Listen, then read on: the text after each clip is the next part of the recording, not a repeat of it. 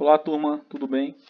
Estamos aí com a nossa aulinha sobre a Primeira Guerra Mundial. Nossa aula essa aula de hoje é mais direcionada sobre o conflito propriamente dito, né? Entender as fases do conflito, entender os acontecimentos mais globais sobre esse grande acontecimento aí dos primeiros anos do século XX, tão abordado por Hobsbawm aí. É o que marca o início do século XX, segundo Hobsbawm, a Era dos Extremos, né? Vale a leitura aí para quem nunca viu esse material.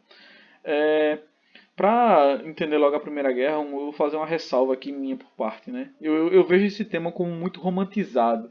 A gente percebe que os filmes sempre trazem os conflitos mundiais, as guerras, como sendo um evento maravilhoso, com que tem a figura do herói, um símbolo de amor à pátria. Eu faço uma crítica fortíssima a isso, porque a guerra não é bonita, a guerra não é prazerosa. Não existe beleza nenhuma num conflito onde pessoas morrem, famílias são destruídas, enfim, né? Eu espero que o terceiro ano esteja acompanhando bem. Eu vejo uma participação mínima dos terceiros nas aulas. O pessoal quase não vê os vídeos, quase não entram em contato, mandam mensagem, alguma coisa. Eu espero que vocês busquem participar mais, né? Porque tá fazendo falta isso aí. E qualquer coisa entre em contato, sabe? Pra tá tirando dúvida, conversando. A gente tá aí pra se ajudar, tá? Nesse período difícil, vai passar. Mas eu espero que quando passe vocês voltem mais inteligentes do que saíram. Tá? E pra isso a gente tem que estudar. E eu não tô sentindo tanto isso por parte de vocês não. Mas vamos enfrentar que no final tudo vai dar certo. Então seguindo com essa nossa aula, né? Um material tranquilo sobre a Primeira Guerra Mundial. É, Primeira coisa, a Primeira Guerra Mundial ela se caracteriza pela organização em dois frontes. A gente tinha as potências mais centrais, como a Alemanha, o Império Austro-Húngaro, lutando em duas frentes ali. Na frente ocidental, os alemães eles lutavam contra os ingleses, os franceses e os belgas, principalmente ali na região do Marne, onde as principais disputas se ocasionaram. A gente teve duas grandes batalhas ali naquela região, que a gente vai falar sobre elas depois. E na frente oriental eles combatiam o grande Império Russo, né? Antes até 1917, que é quando explode a Revolução Russa, e os russos se retiram da guerra, mas isso é uma coisa que a gente vai discutir mais pra frente. E é o nosso assunto consequente quando a gente acabar com as grandes guerras aí, né? Então, a analisar esse contexto social, ou melhor, esse contexto geográfico desse mapa mostra pra gente essa organização bélica aí. Essas linhas vermelhas mostram as frentes no ano de 1917, onde aconteciam esses conflitos. Lembrando que a guerra, né, então, a Primeira Guerra Mundial se inicia em 1914 e tudo mais. Outra coisa que a gente tem que entender, a guerra ela se caracteriza por algumas fases também.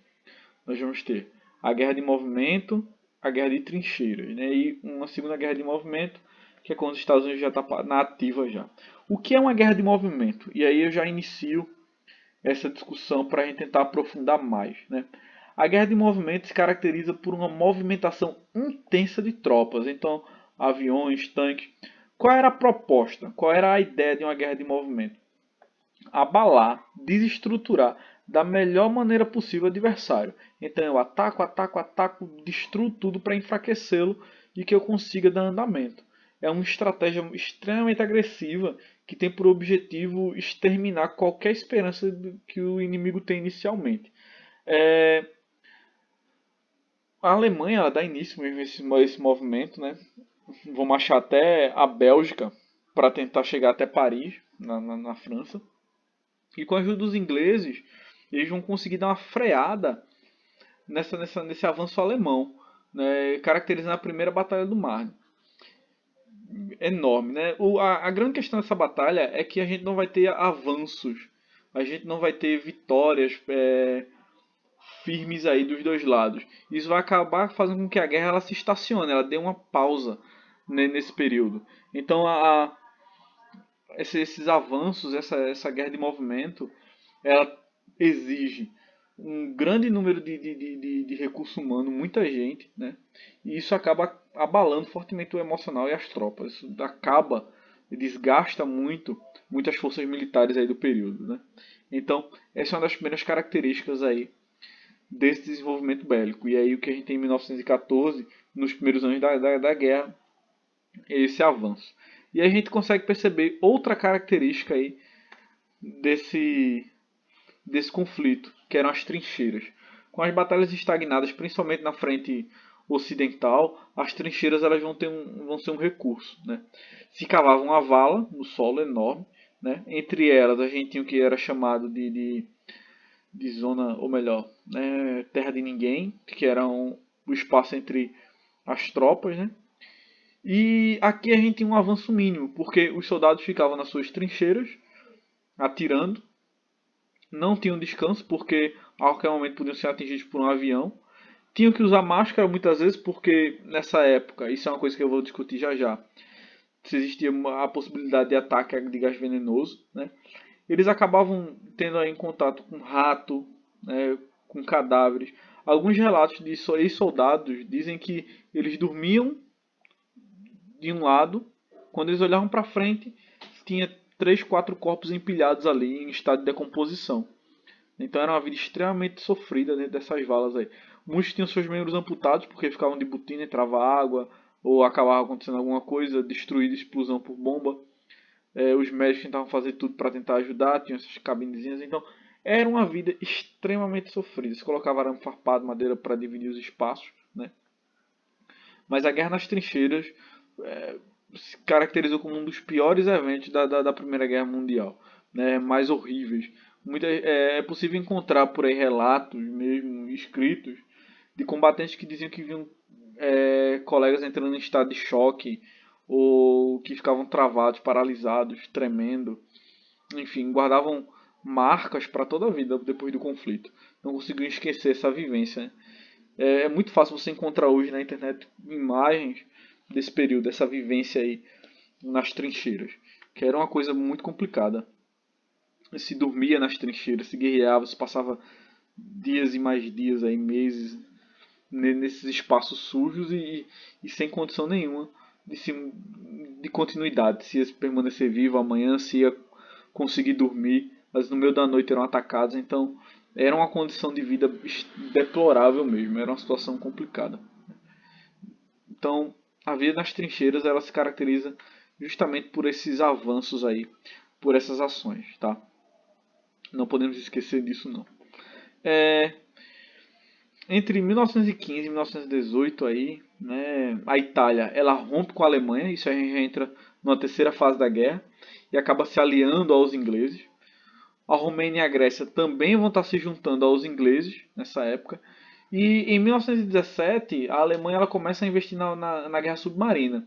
E ela, na minha opinião, aí a Alemanha perdeu a guerra. Ela acabou afundando uma embarcação americana, né, que era como posso dizer, um navio Lusitânia americano, e vai acabar afundando também o navio Paraná do Brasil. Qual era a proposta da Alemanha? A Inglaterra, que era sua principal rival, era uma ilha, né? Se a gente for analisar o mapa da Grã-Bretanha ali, ela é cercada por água. Então, a boa parte dos recursos que chegam até a Inglaterra chegam pelo mar. A batalha submarina visava destruir as possibilidades dos ingleses de conseguirem recursos e permanecerem em pé e continuar o conflito. Então seria tentar quebrar um pouquinho a força da Alemanha. É um pouco parecido com o que Napoleão tentou fazer ali no século XVIII com o bloqueio continental, sabe? Mas aí já é outra história, não casa aqui muito bem. Só que ao fazer isso, a Alemanha ela acabou cutucando a onça com vara curta. E em 1917, os Estados Unidos entram na guerra, tá, como uma grande potência para bater de frente com a Alemanha. Em 1917, a Rússia, que estava passando por um processo de revolução, a Revolução Russa, que vai ser o nosso tema aí, assina um tratado de paz com a Alemanha, coloca fim na guerra do lado ocidental. Então, a frente oriental, ela praticamente acaba os conflitos com esse tratado de paz entre a Rússia e a Alemanha. Agora a guerra ela vai se concentrar toda na parte ocidental.